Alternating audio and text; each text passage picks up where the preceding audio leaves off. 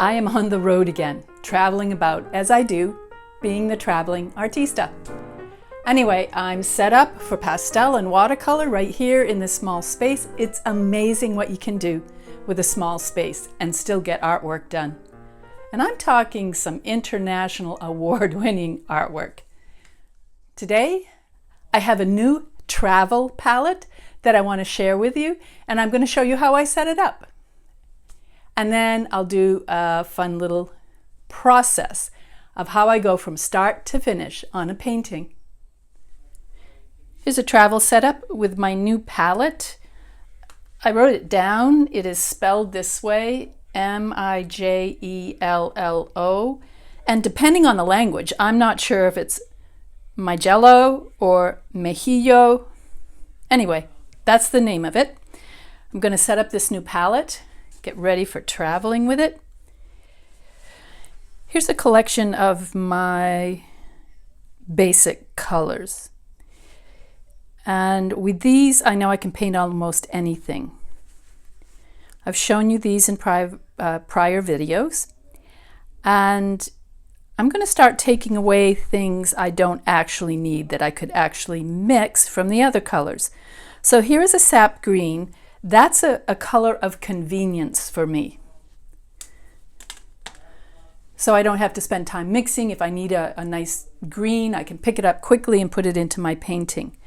I don't actually need both the burnt sienna and the burnt umber. It's nice to have the burnt sienna because it's a convenience color, but I can make basically a burnt sienna by mixing the burnt umber with the cad red. In these, if I had to simplify this even further, I could bring it down to the transparent colors. That way you're going to get really brilliant hues.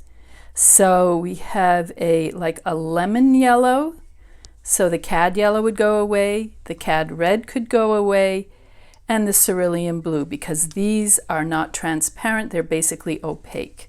The burnt umber is opaque, but that I'm going to keep because it really gives me nice dark colors when mixed with the French ultramarine blue. I mean, you could get by on this and really work on practicing mixing these different colors to get the colors that you're after. But I am going to go back and I am going to set up my palette. As I have historically, I've been working with this color, be it in oil or watercolor, for decades. Here's a collection of my basic colors. And with these, I know I can paint almost anything. I've shown you these in prior videos. And I'm going to start taking away things I don't actually need that I could actually mix from the other colors. So here is a sap green. That's a color of convenience for me. So I don't have to spend time mixing. If I need a nice green, I can pick it up quickly and put it into my painting. I don't actually need both the burnt sienna and the burnt umber. It's nice to have the burnt sienna because it's a convenience color, but I can make basically a burnt sienna by mixing the burnt umber with the cad red. In these, if I had to simplify this even further, I could bring it down to the transparent colors. That way you're going to get really brilliant hues. So we have like a lemon yellow, so the cad yellow would go away, the cad red could go away, and the cerulean blue, because these are not transparent, they're basically opaque. The burnt umber is opaque, but that I'm going to keep because it really gives me nice dark colors when mixed with the French ultramarine blue. I mean, you could get by on this and really work on practicing mixing these different colors to get the colors that you're after. But I am going to go back and I am going to set up my palette. As I have historically, I've been working with this color, be it in oil or watercolor, for decades. So here are the basic colors.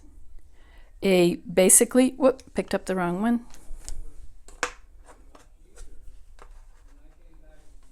Basically a lemon yellow, a cool transparent red. This is a pyrrole scarlet. A permanent ultramarine might work, things like that. The French ultramarine and the burnt umber. Here I've added in any extra colors I may want to add into the palette in the future.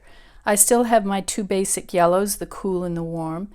I might put a little cad orange in the corner. It's sometimes nice to have a yellow ochre as well, a nice convenience color. My cad red, my pyrrole scarlet, and maybe a magenta, a permanent magenta, kind of real purplish. Again, a convenience color. Here's my burnt sienna, my burnt umber. I've also added in, which I might use, is a neutral tint. This is a fairly new color to me that I'm playing with. It can help darken a color without changing the hue. So if you have a red and you want a darker red, sometimes it's nice to add a neutral tint. You'll find that many of your other darks, blacks and things can change the color. And if you just want to make it a little bit darker, the neutral tint is the way to go. I also have some ivory black. It's not a Payne's gray. Payne's gray is basically black and ultramarine blue together. You know, that's a convenience color as well, but I usually like to stay with a black, just in case, and I rarely use it. Just a tiny tube here. And here is my ultramarine blue, and in between that and the cerulean blue is a cobalt, a nice convenience color as well. And I've added a Winsor Newton Viridian green in here. This I do not use straight out of the tube. Try it, it's like bam in your face. But it's a wonderful mixing color if you want to add it. When laying out a palette or putting more paint on, I have a couple extra tools. Always some pliers in case the cap gets stuck a little bit, and a small piece of paper towel that I can dampen and wipe off the cap and the edge, the threads of the top of the tube, so that it doesn't get stuck for the next time when I want to open it up. Because it has glycerin and honey or similar chemicals in it, it's a natural chemical, but it's in there, those act like a glue, and it can glue this cover onto this tube without you wanting that to do. So by just quickly cleaning it as you're going along, you know it's going to open easily the next time. I cleaned that nicely. Going to put some nice yellow right there. Look how fresh and beautiful. I use quite a bit of lemon, so I am going to do 2 bins of lemon. Partially because I use it a lot, but also because it can get contaminated very, very quickly. Okay, wipe that off, throw that away, close it back up. Nice. Here is my, see it's a little bit stuck. Yep. Pliers. Boom. Ooh, look at that. That is in what I call the cadmium yellow family. It is actually, this is my dirty water, a new gamboge by Winsor Newton.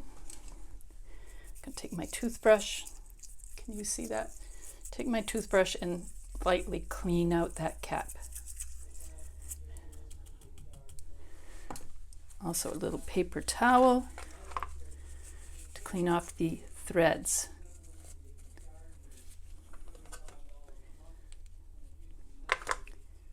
Looks like it's building up inside a little bit there. So go through your colors, lay them out, and do these steps so that you're taking care of your materials, and they'll be quick and easy to use the next time you come to paint. Now my palette of colors is pretty much set. I want to make sure I made a huge blunder here. This color here, the pyrrole scarlet, is basically your cadmium red. It's not a cadmium, so it's not a heavy metal. Very strong, warm red color. I'm sorry I made that mistake earlier, so be sure that you get your warm red and then your cool red, and then this is a type of violet.